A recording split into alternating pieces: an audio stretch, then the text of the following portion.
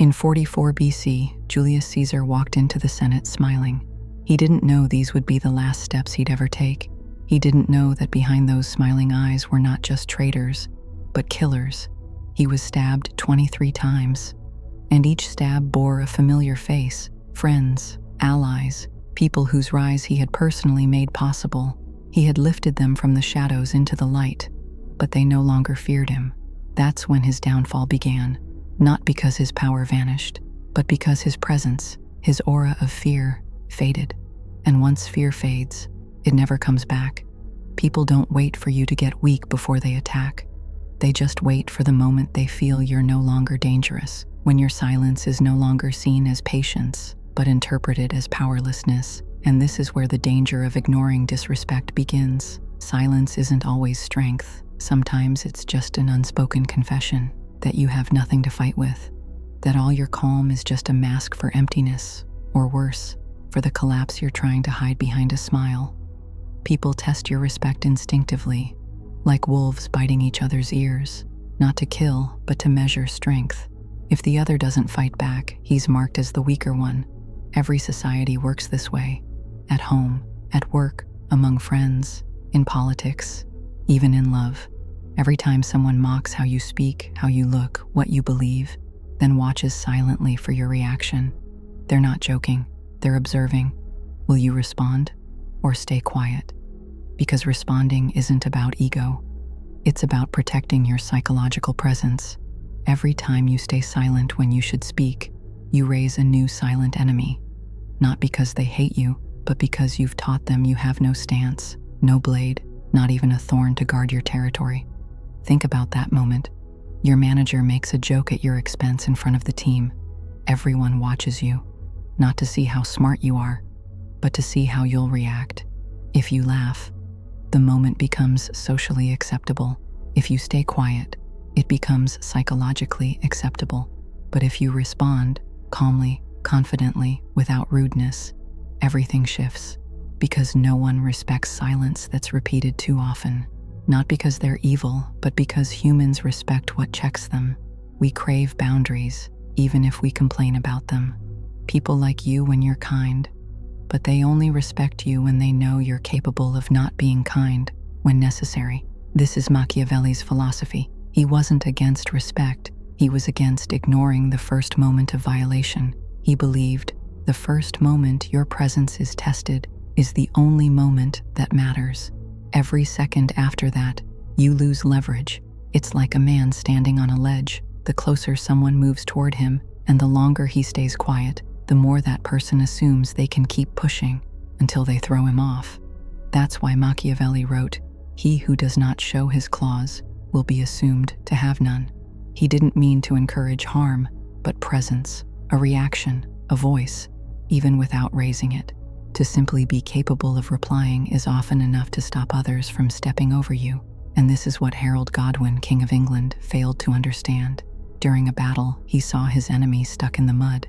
He could have finished him, but instead he smiled and said, "Let him stand. We'll defeat him honorably." The enemy rose. Not only did he not lose, he crushed Harold. The crown fell from his head forever, because he wanted to be admired more than feared. He wanted his enemies' respect, not their submission. And to Machiavelli, that's a fatal misunderstanding of human history. Because if you don't enforce respect when you're challenged, it will be stripped from you when you're weakest, and it never returns. Here's the core of the idea. Respect is not gained by being nice. It's lost in silence when your authority is tested and someone insults you, then looks at you, and you look down, or smile to seem above the drama. They won't say, "How noble." They'll say, "He didn't respond. I can say worse next time." That's when the decay begins, quietly, subtly. People start laughing more around you, but they stop going quiet when you speak. They still smile at you, but don't take you seriously. They listen, but they no longer follow. And without realizing it, you've lost the most valuable thing you had: respect. The worst part? This kind of loss is never announced. No one says, "We don't respect you anymore." You notice it in looks that weren't there before, jokes that would have never been said a month ago, behaviors no one would have dared try around you. It's the silent punishment, unspoken, relentless, and irreversible. When you lose respect, you don't lose it all at once. It's peeled off you, layer by layer, like the clothes of someone sleeping. Suddenly, the one who used to wait their turn to speak now cuts you off. The one who hesitated to disagree now corrects you openly. The one who once saw a leader in you now sees just a peer.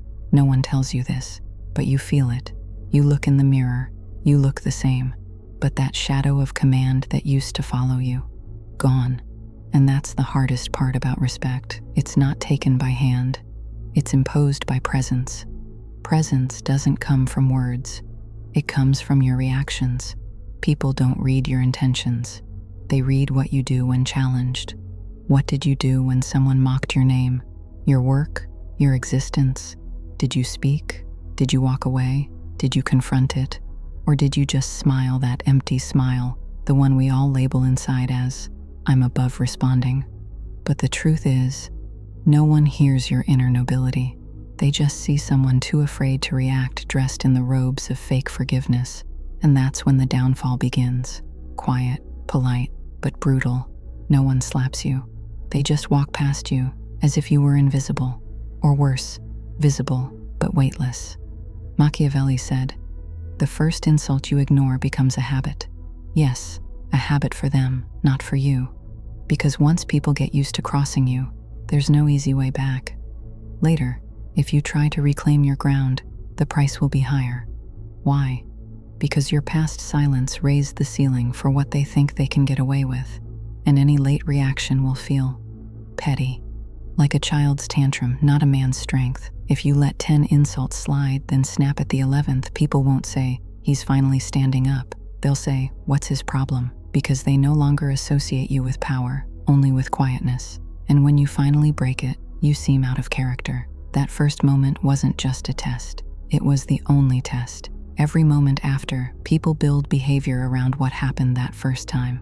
If you stayed silent, disrespect becomes a routine. If you responded, boundaries become law. This isn't about cruelty. It's an ancient psychological truth. From tribal villages to royal courts to today's boardrooms.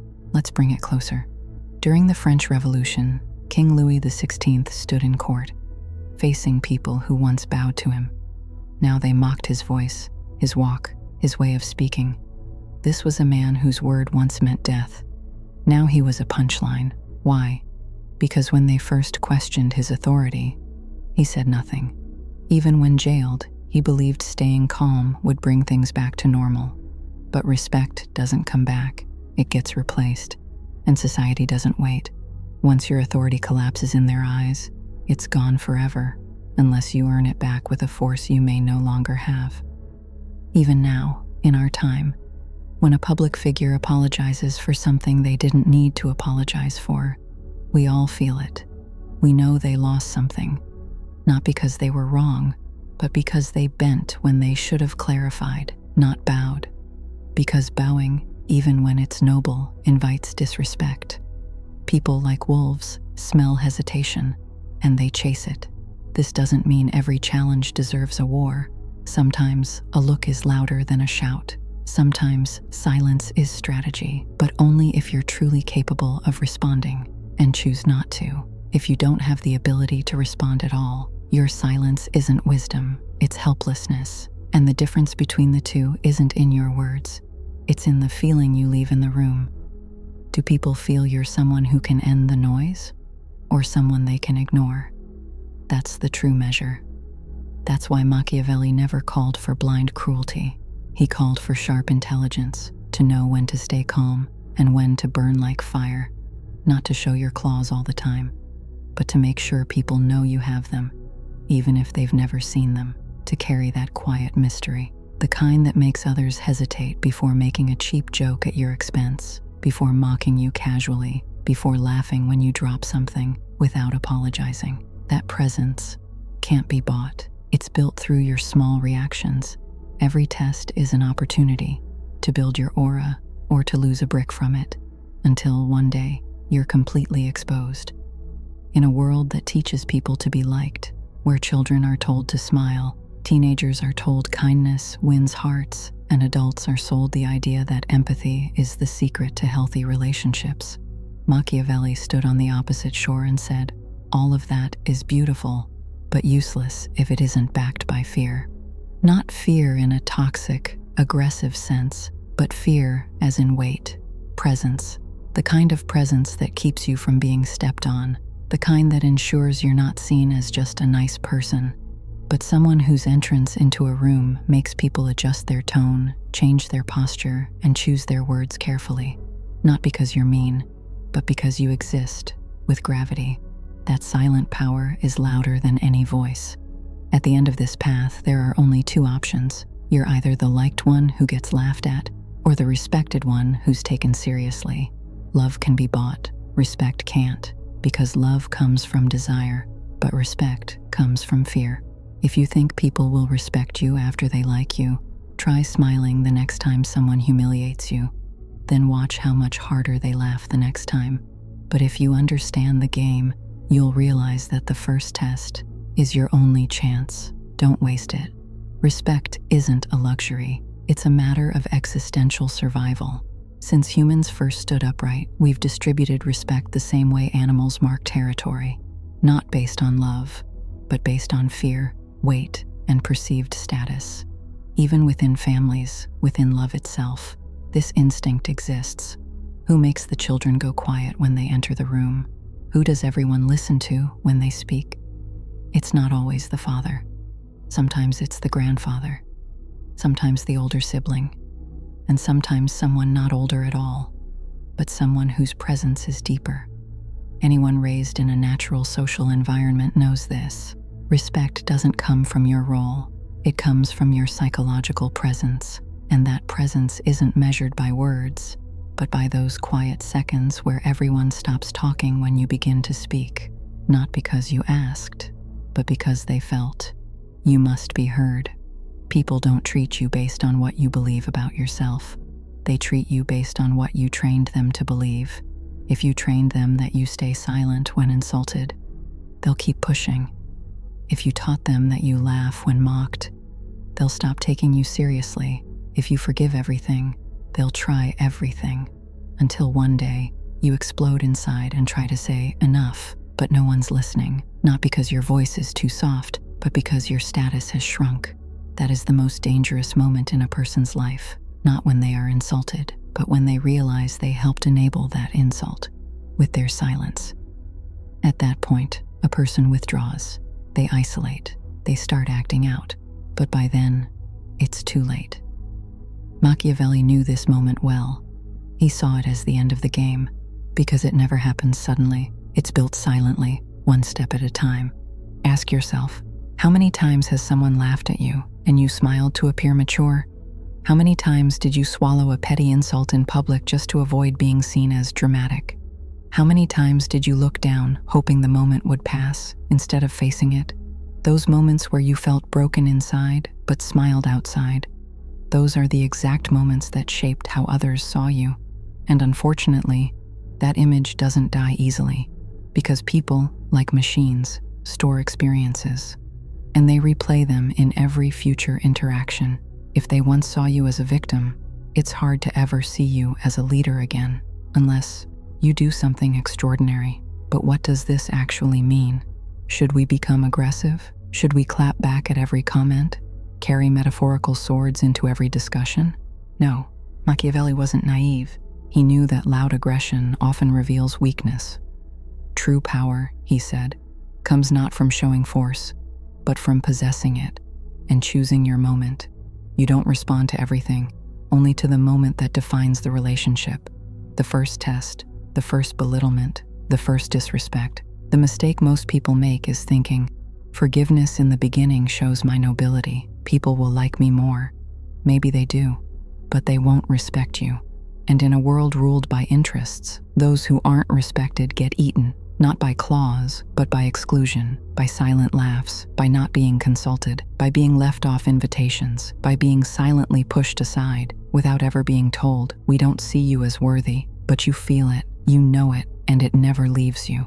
Another story, a famous public figure known for his confidence, strong presence, once made a blunt comment in an interview. It wasn't offensive, just honest. 2 days later, he issued a public apology. It sounded scripted. His voice shook. His eyes avoided the camera. No one attacked him. They simply ignored him. He was never the same. The offers slowed down. The excitement disappeared. People smiled at him, but without warmth, because he lost the one thing that set him apart: aura. Not because of what he said, but because he didn't know how to protect his image when it mattered. Machiavelli would have said, he missed the train.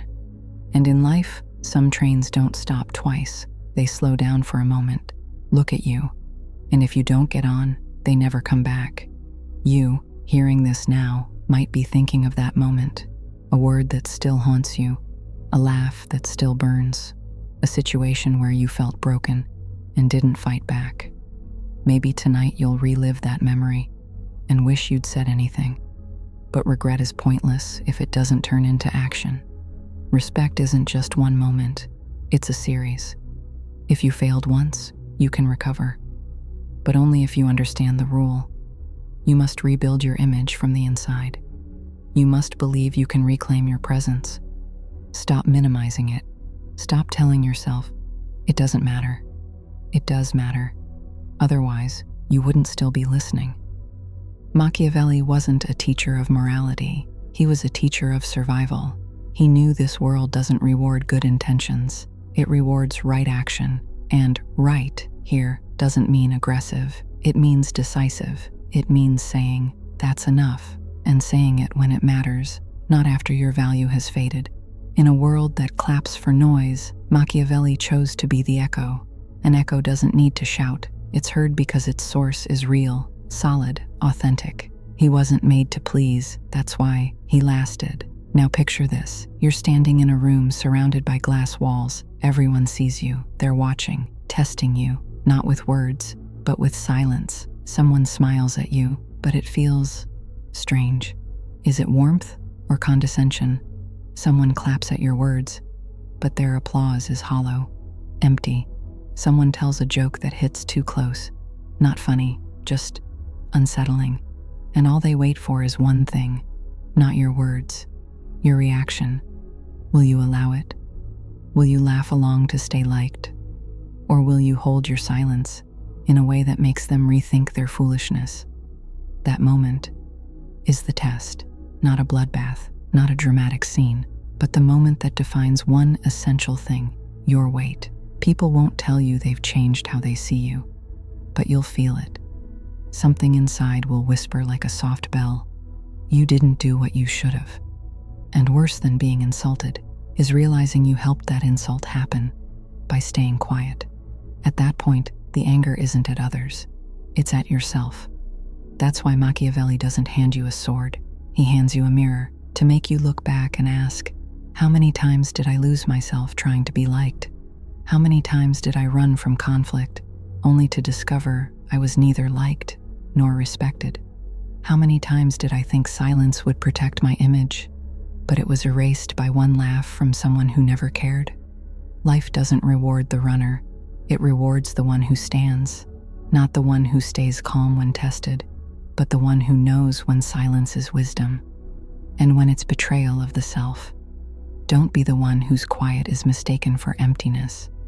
Don't assume others will build your reputation for you. If you don't impose your respect, you'll live off scraps of temporary approval, polite smiles, and empty compliments that won't protect you when it counts. At the heart of his philosophy, Machiavelli never said, be evil. He said, understand the stage you're performing on.